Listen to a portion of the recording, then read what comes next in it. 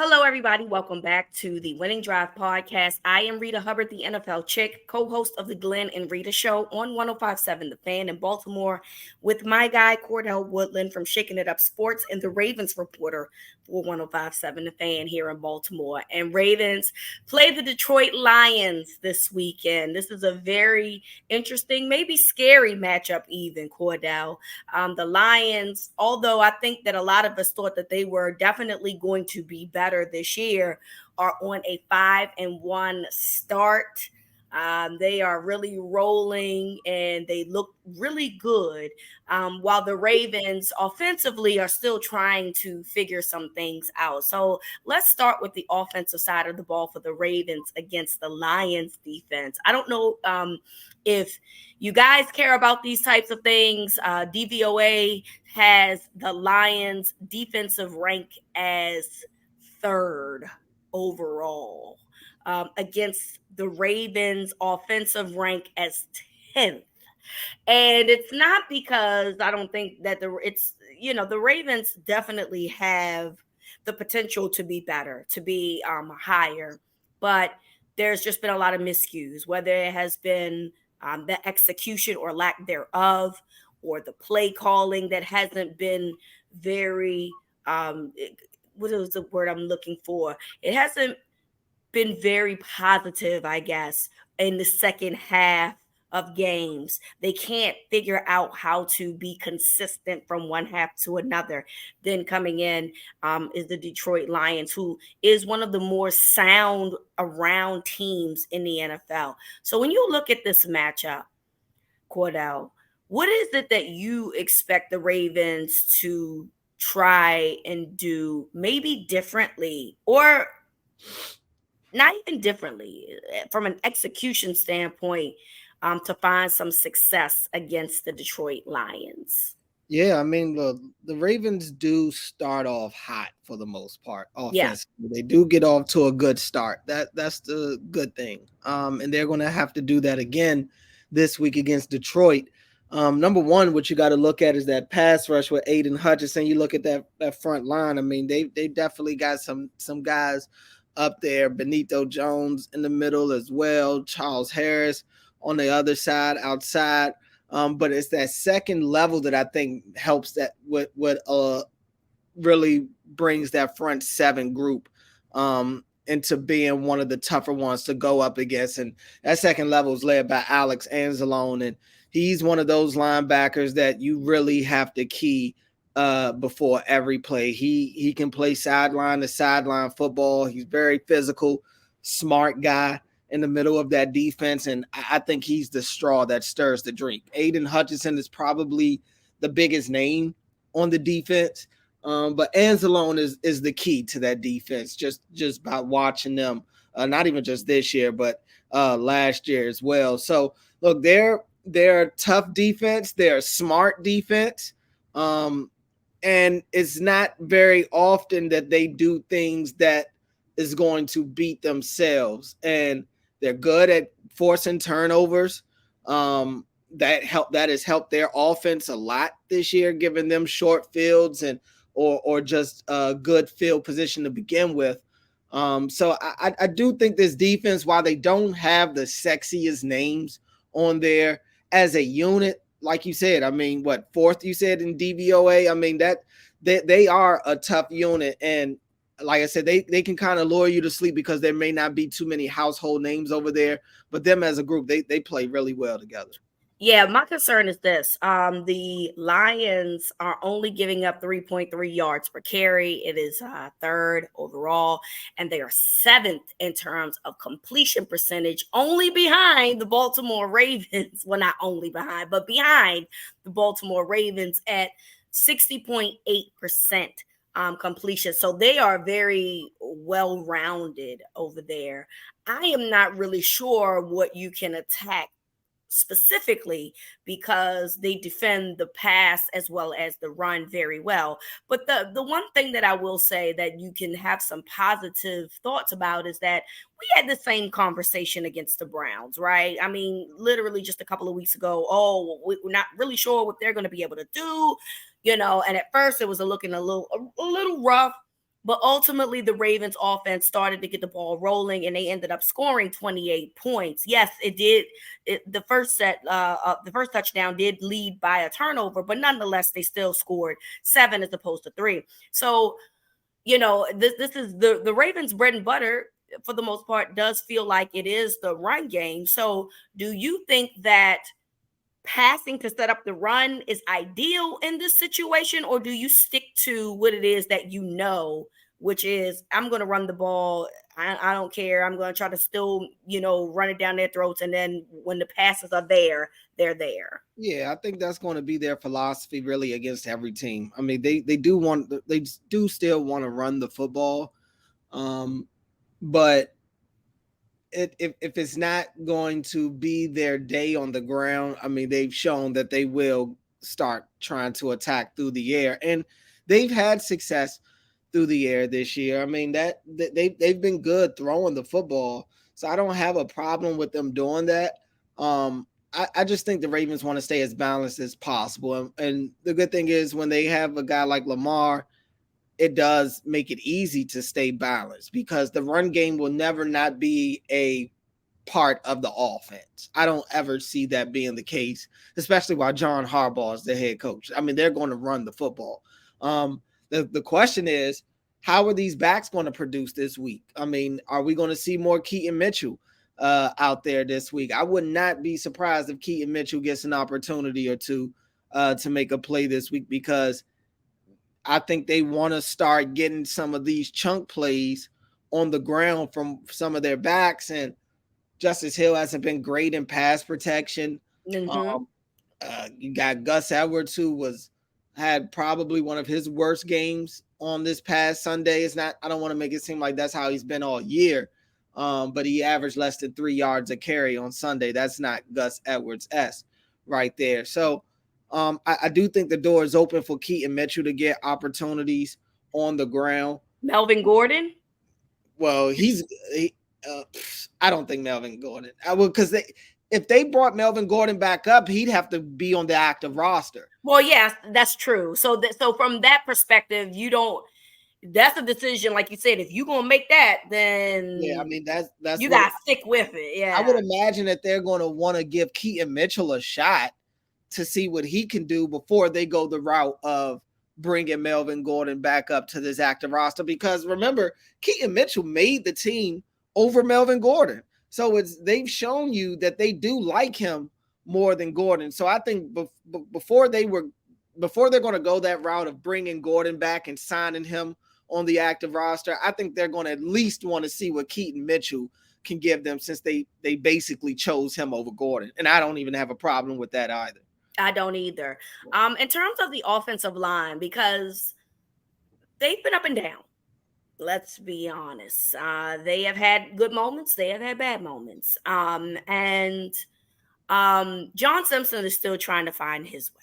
It is just that simple. If you are Todd Monken, what is it that you do that you can protect your quarterback against this pass rush that you mentioned that is anchored by Aiden Hutchinson and company, to try to make sure that, he can get the plays extended or the plays off without being touched, or at least close enough, Yeah, I mean, it would help if the Ravens passing attack was able to get into a timing rhythm and get the ball out of Lamar's hands quick, because that's ultimately what they do want to do.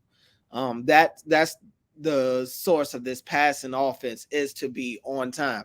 They haven't really been a timing offense this year. And you do got to wonder if there'll ever be a timing passing offense, because that's just not Lamar's game, it seems like. I mean, that's just not what he does. He wants to extend the play. He wants to use his legs. He wants to give guys a chance to, if it's not there initially, all right, let Zay or somebody try to take the top off the defense at that point in the scramble drill. So the timing aspect of the passing game may be a lost cause. I don't know. It just, like I said, it just doesn't seem like that's Lamar's forte, but that would go into helping the offensive line when it comes to the pass rush. Also, I think they're going to continue to do some of the things that we've seen them do. Bring in Patrick Ricard to help him to have him help and give some guys some chip blocks or Yeah. to be that extra pass blocker in the backfield. Because like I said before, Justice Hill has been struggling.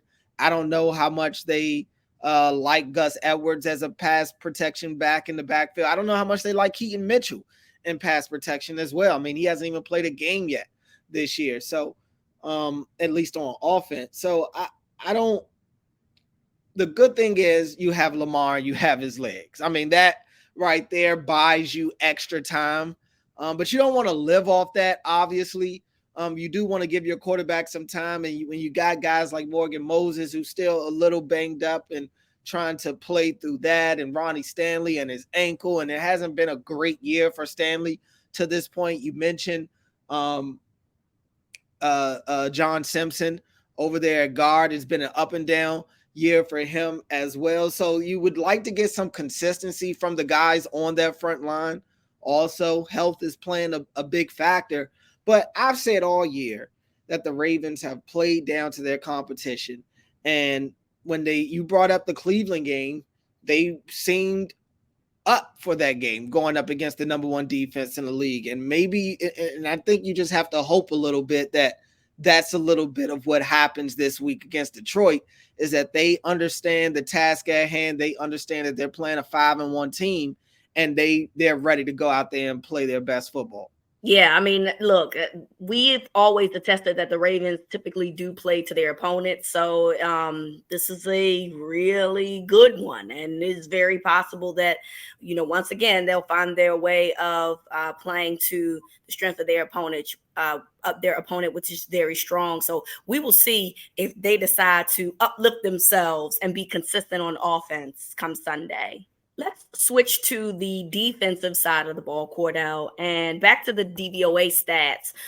Look, the Ravens are, from a defensive perspective, they're ranked number 2 overall. Okay. I mean, this is a team that has played that has played very well. And things that we were concerned about coming into the season at the moment feels like it is secondary issues. Mike McDonald said, I got this. Don't worry about it. Second in the league in sacks. They are really doing their thing. And again, DVOA, they are overall 2. And the Detroit offense overall is number 3. And so this is an interesting matchup, right? Because this one feels a little bit more balanced in terms of what each team can do to their opponent, right? We've seen what the Lions have been able to do offensively. They do have some injuries on offense that you are concerned about. I believe Montgomery did not practice. They said he has some bruised ribs. He could potentially be missing some time. Gibbs is trying to find his way back. St. Brown, did St. Brown play? I know he was dealing with an injury as well. Yeah, he was dealing with an injury going into that game. Mm-hmm. So there are some concerns there for the Lions offense. As the Ravens appear to start getting healthier. We saw Oweh back at practice this week. Not sure if that means he's going to play, but him being at practice this week is a good sign nonetheless. And while Marcus Williams is going to be out, it doesn't feel like it's a huge loss because, number one, he had only played a couple of games anyway, and Geno Stone has played exceptionally well in his place. So when you look at this matchup, which to me feels more even-keeled, what is it that you expect from this Ravens defense to do to keep the Lions basically at bay? Yeah, I think they're going to try to make them one-dimensional as best as they can. They're going to take that run. They're going to, first things first, try to stop the run.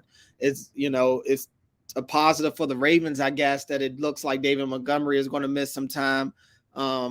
Jahmyr Gibbs did practice on Wednesday, so he at least looks like he may have a shot to play. And if he doesn't, it's something to watch for because the third string back, Craig Reynolds, he missed practice with a hamstring and a toe injury. So if Gibbs isn't able to go, and Reynolds continues to trend in the way that he's going, I mean, they could have some big time question marks at the running back position. That changes their offense dramatically. dramatically. This is a team that does like to play under center a lot.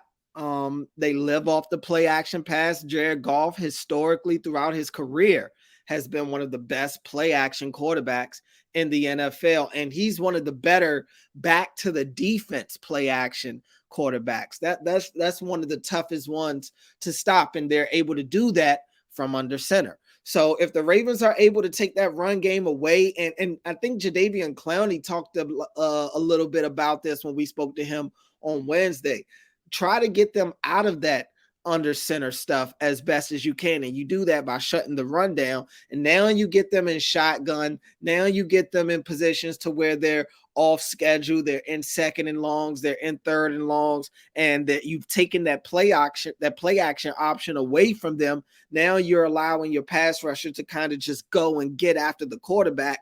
And Jared Goff now has a tougher assignment trying to read the field, trying to get time to even find his receivers. And so I think that's the number one thing for this defense. They have to stop the run and try to make this team one-dimensional. Tough thing to do, but the injuries may be something that helps them in that regard. Secondly, this secondary right now is going to have to definitely, they're going to have their hands full a little bit. I mean, going up against Amon-Ra St. Brown, I know they went up against the Bengals earlier in the year.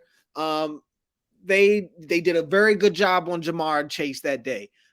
T. Higgins was the one to kind of give them the business in that game with the 2 touchdowns. So what do they decide to do with this one? Amon-Ra St. Brown likes to line up in the slot a lot. So is this going to be a game where we see more Marlon Humphrey playing in the nickel? Or is this going to, maybe a game where it's Marlon and maybe Kyle Hamilton is playing a lot more in the nickel as well?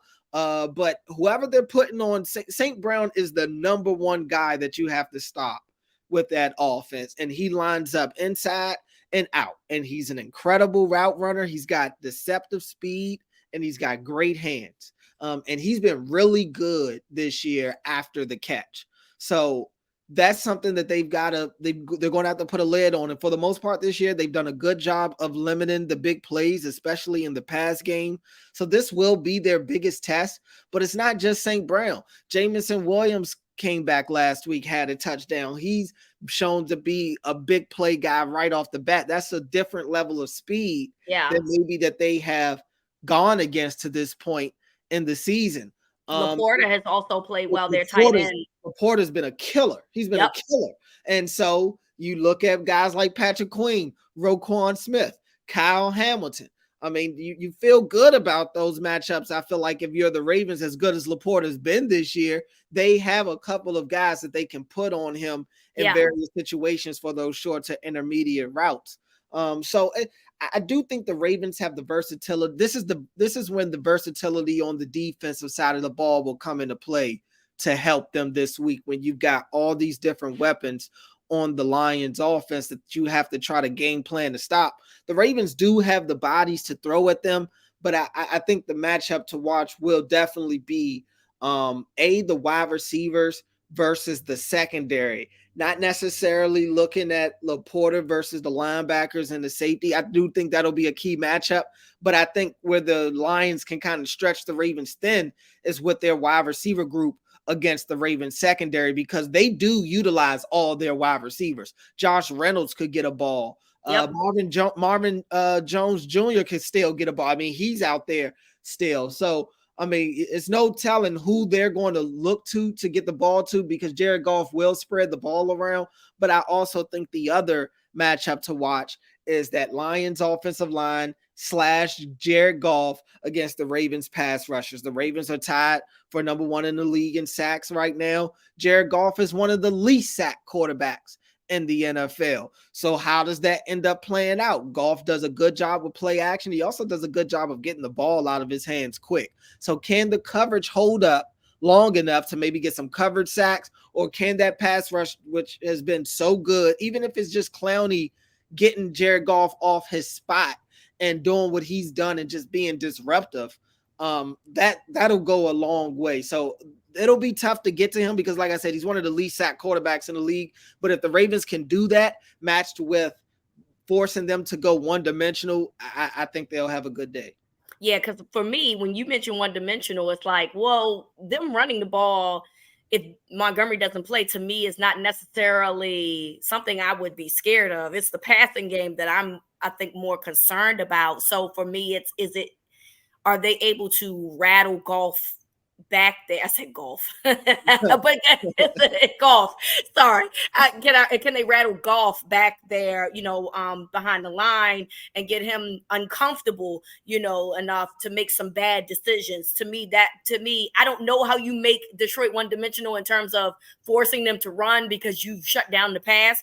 But the Ravens have good defensive backs. They have, again, good linebackers that can cover the tight end situation. So it's not impossible. It's just not something that we've seen, I guess, for 4 quarters coming from this defense. But I will say that, the Bengals is a good example of a team that is really good from a wide receiver perspective when you look at the talent that they have on that roster.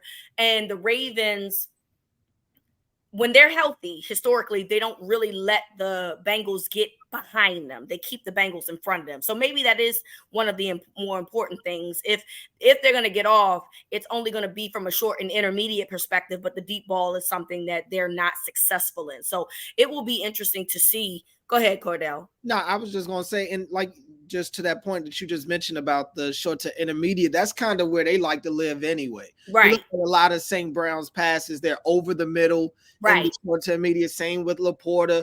Williams, he just got back last week, but he's clearly their deep threat guy. Josh Reynolds can do both as well. So I think they force you to cover the whole field. The whole field, right. And that's the thing. But to your point, the Ravens have done a really good job this year of not giving up the big plays in the passing game, not letting guys get behind them.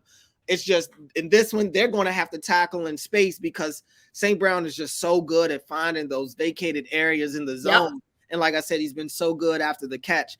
If he does catch it, they're going to have to bring him down in space because he could turn a first down into a possible touchdown. Yep. So that part will definitely be interesting to see.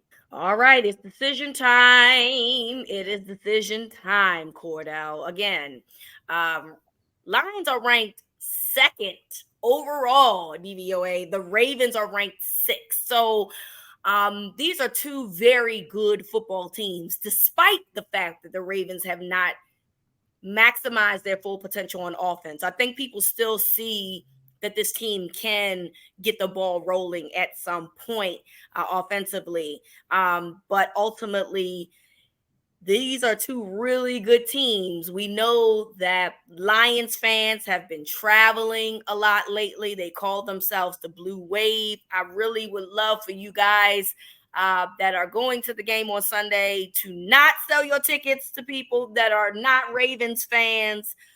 The Ravens have not been there in a month, it feels like. I mean, it's essentially been 4 weeks, I think, since their last game at M&T Bank Stadium. So it has been a while. Tyus Bowser had Jadeveon Clowney on his show, and Jadeveon said, come and be loud, get lit.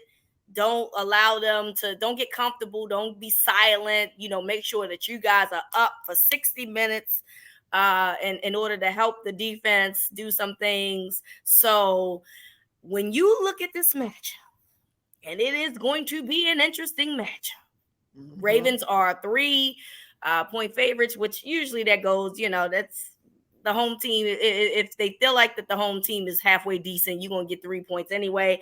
But I would not be surprised if somehow, some way this line moves down a little bit and even becomes a push.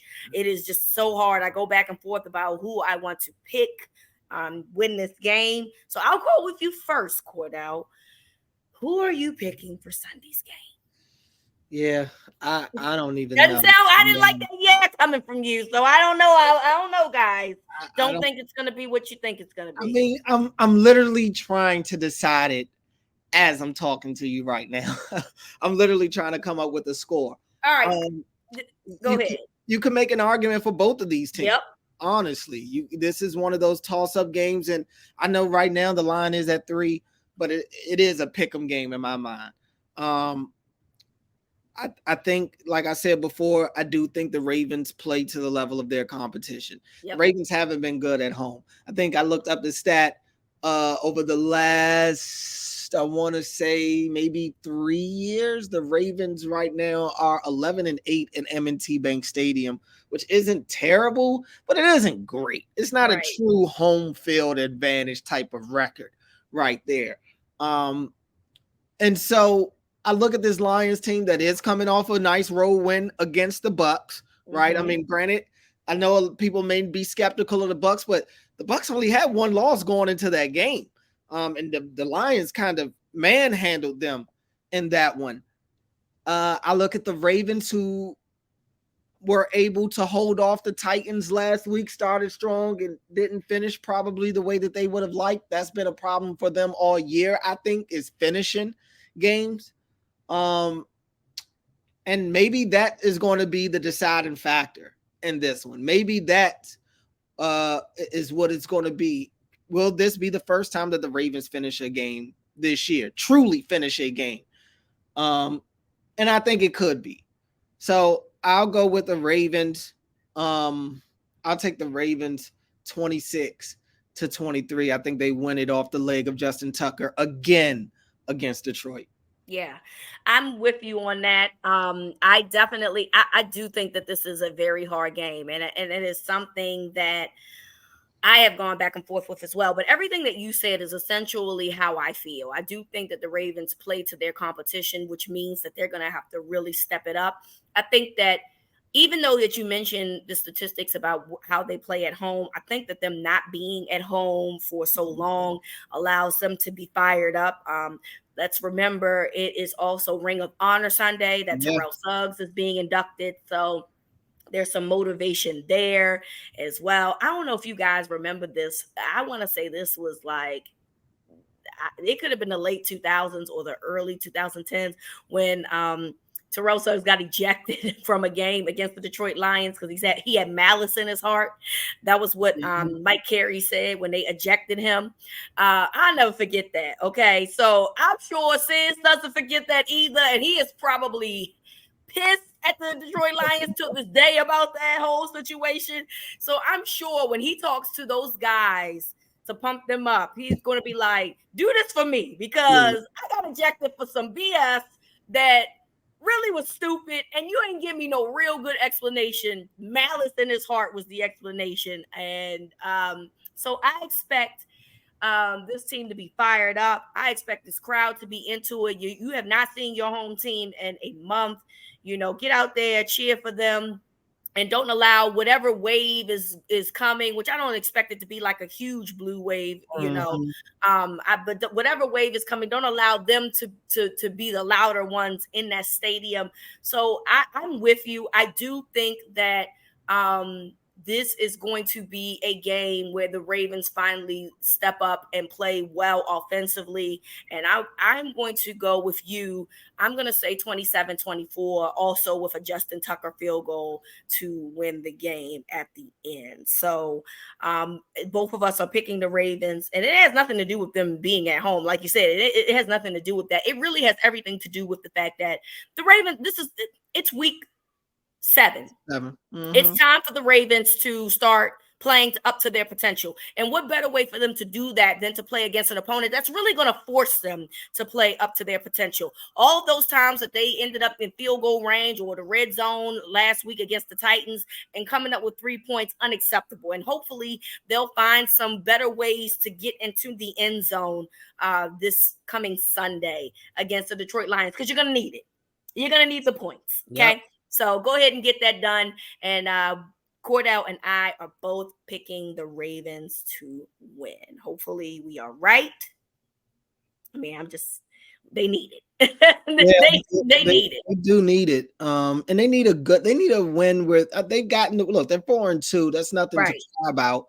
But I just think they need a complete team win. I really think that's what they need. The defense has been there more times than not. Offensively, they're looking to take that next step. And, maybe this is the week where Lamar and Rashad Bateman are on the same page. Maybe this is the week where Odell Beckham makes, multiple good plays. Right. Who knows? This type of game, you're going to need all hands on deck. You're going to need your better players to be your better players. This could be the day. I hope that you and I are both correct and that we'll be having a post game podcast on some good terms and not talking about what they could have done to win and, all this other stuff. So I'll take an ugly win any day over a beautiful loss, by the way. So I don't really care how you get it done. Just make sure that you get it done. Again, Cordell and I will be recapping the game on Sunday. We'll be having our post game podcast. So look out for that. We want to thank you all for checking us out. So from Cordell to me, this is Winning Drive.